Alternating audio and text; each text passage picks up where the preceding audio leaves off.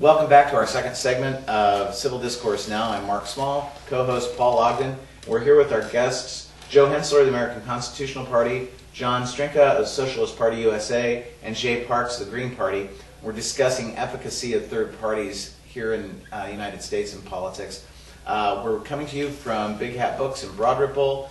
Amongst the books here, they have Too Big to Fail about the Wall Street fiasco. Got a bunch of great books. Have space to rent for different special events. Also, you want to be aware of World Book Night that takes place April 23rd.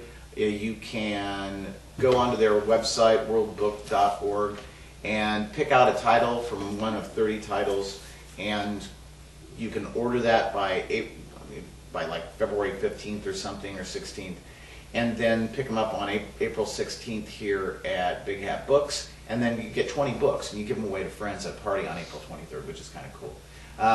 We're talking about the efficacy of third parties. Gentlemen, before we go any further, what are your websites? What's the contact information? Jay, for the Green Party. Indiana Green Party can be found at ingp.info, info. And John? Socialist Party-USA.org. And Joe? cpindiana.org. We were just finishing the last segment talking about ballot access and restrictions on ballot access, but then when we were off camera I said, well, there's a greater question here, and that's dissatisfaction with a two-party system. In September, this last poll that I read, it showed that 46% of people who identified themselves as Democrats were dissatisfied with the Democratic Party, and 54% of people who identified themselves as Republicans were dissatisfied with the Republican Party. I don't know about the independents, but I'd say that there's a lot of independents out there who are dissatisfied with both parties, and I would presume, although this might be invalid, that the members of the respective parties not only don't like their own party, but certainly don't like the other party as well. But we've got this two-party system. How did we get here? And I think it's dysfunctional. Would I be wrong in saying that? One thing that, and to help frame this discussion, one of the ongoing debates I have with the Libertarian Party members, and I tend to have more libertarian views than maybe some Republicans. One of the ongoing debates I have with them that fits into this discussion is, I say you would have more impact if you went into the parties, in particular the Republican Party, and became a player within.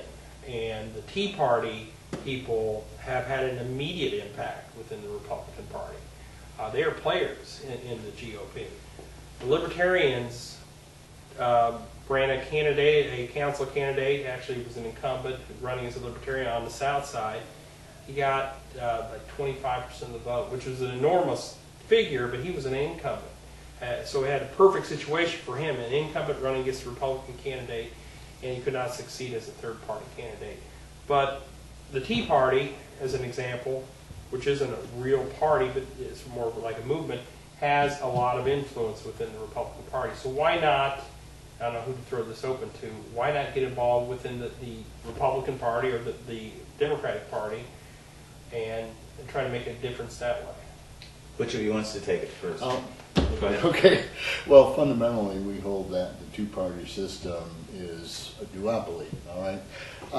You can try to get active within, the major party of your choice, but the point is, your action is going to be constrained by the people who own the party. I mean, the problem with the failing American democracy is that it is essentially now owned entirely by the rich and by corporate interest. All right.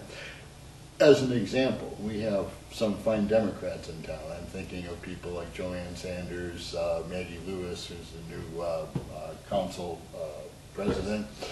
But the point is, when it comes right down to it, when it comes down to the election, in terms of public policy, any of these people get elected, they're constrained by essentially what their corporate masters tell them to do. Case in point, Mr. Obama, President Obama, campaigned on Hope and Change. His radical health care program benefits most of all, not the people, but the insurance companies. Wall Street crashed the economy, yet no one from Wall Street has been punished. Now, why is that? And I submit to you It's because both parties are owned by the same interest, and at this point in our history, those interests are mitigating against the interest of the everyday people. In the United States of America today, there are 51 million people living in poverty. How can anyone say a political system that allows that is working for the people? Quite simply, you can't. So for that reason, it's really futile to work within the existing parties. What we need to do is to have a public discussion and really totally reevaluate our value system in terms of equity and the public good. Joe? I think there are a lot of views out there that aren't represented by the two mainstream parties. I think the two mainstream parties, I agree with John, are a duopoly. You know, they talk like they're approaching the issues differently, but you know, the Republicans talk about smaller government. Yet under the Bush administration, you saw the largest expansion of the Department of Education in the department's history. That's not smaller government, you know. Founding an entire new department, the Department of Homeland Security, is not smaller government. So, you know, and the Democrats do the same thing. Republicans spend money at a slower rate, but when you're driving over, you know, with huge deficits, both parties pile on the money. And when you're driving a car over a cliff, it doesn't matter whether you're going over the cliff at 80 miles an hour or whether you're going over the cliff at 70 miles an hour. You're still going over the cliff. Neither of the major parties seem to be really willing to address the hard issues that need to be done. Jane? And I think that there is actually a difference between the Green Party and the Democratic Party. The Green Party is not just a liberal wing of the Democratic Party.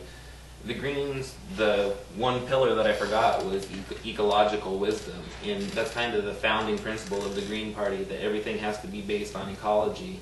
And I think the big difference is the Green Party would say that there cannot be unlimited growth. We can't grow our way out of all the problems. And neither one of the major parties takes that view. So it's not that you can't just work within to change it, because it's kind of, you're working for black and white. It's completely different things that you're looking at. Now, I tend to look at it, I go back to movies. I do that a lot. But when I watch, usually Harry Potter. well, no, not always Harry Potter, but a lot of times. But in Watergate, during Watergate, and now All the President's Men. Hal Holbrook's character in the parking garage said, "Follow the money." You know, Mardian's got so much money in his vault, in his safe. G. Gordon Liddy has so much money in his safe. It's all cash. Follow the money. And I think that if you follow the money in American politics, the corporations and individuals, there might be some minor variation, but they're giving to both, they're hedging their bets and giving to both parties, and they don't really worry too much about. John made a good point about President Obama. President Obama got huge contributions from Big Pharma and from Wall Street banks, and I consider myself very left-wing, and I don't consider President Obama to be left-wing at all. I mean, the insurance companies did benefit from health care. I pay $1,000 a month in health insurance premiums. I don't see that as going towards socialism. But if you try to voice something like that in one of the two major parties, you get this sense of, well, don't make waves, or change is going to come, but it'll come in due time. But do third parties make a difference if they're not in the game? If they're on the side, and it's the argument I have with the libertarians, is aren't you taking, and they're all the time asking me to run for something, because I tend to be a headstrong Republican, not necessarily do whatever the party leaders, I wouldn't say the party electorate, but the party leaders want.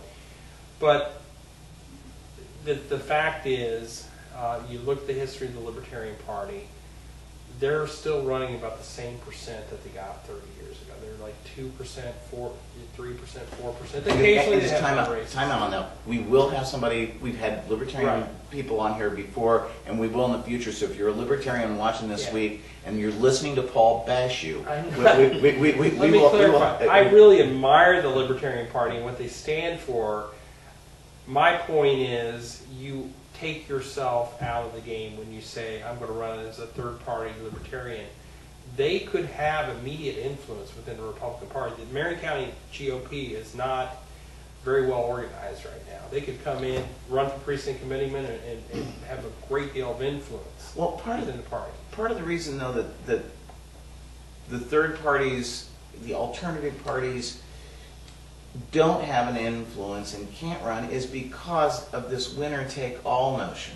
I mean, if instead of having, and I may be incorrect about this, but in Great Britain, for example, a certain percentage of members of parliament, seats are allocated according to percentages of votes in the general election. So if you get 54% of the vote, your party does, well, you get 54% of the seats in Parliament, not in the House of Lords, but in House of Commons. Would that be something that perhaps, I mean, I don't know that the framers of the Constitution were looking at that because they were against factions completely. They viewed it as the forming of factions as being anathema. Madison was very vitriolic in his prose towards the forming of what became political parties, and Hamilton was too, and promptly formed one. But the notion is that something that would maybe address the notion of having an impact? Well, that would require a massive overhaul of the United States Constitution first, not to mention the Constitution of all the individual states which are based off the U.S. Constitution. I think part of the problem is that third parties have to overcome is a spin-off from the winner-take-all basis of our voting, and that is the mindset that a vote not cast for a winning candidate. If you don't vote for the winning candidate, your vote is lost. It's like a football game. Yeah, and I really think that a lost vote or a wasted vote is a vote that doesn't reflect your values. You need to vote what you believe, not for the winner, you know.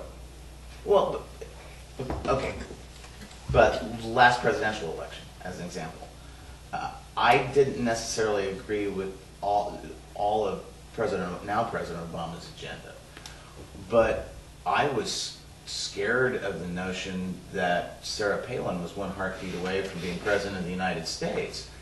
And that's oftentimes what we're faced with in an election is the lesser of two evils. And we can have some really, really bad candidates in local elections particularly. And so I think that this winner-take-all thing, and then going back to one thing you said just a moment ago about we'd have to do a radical haul of the Constitution. Where are political parties given standing in the Constitution? Go ahead. Well, I think what you're referring to, of course, is the fact that our constitutional system is not a parliamentary system such as they have in Europe. So proportional representation per se would be kind of difficult to bring about under the structure of our current Constitution. What I would like to point out to you, I think your point is well taken about, I think we could do things to ensure proportionality and representation within the Constitution. It would take some doing, but it probably could be done. But at this point, that step is actually premature. As I see it, there are two essential but closely intertwined problems with the... Okay, and we need to end this segment. Please. John, we'll be right back. Sure. We'll pick up. I apologize for No interrupting. problem. We'll be right back.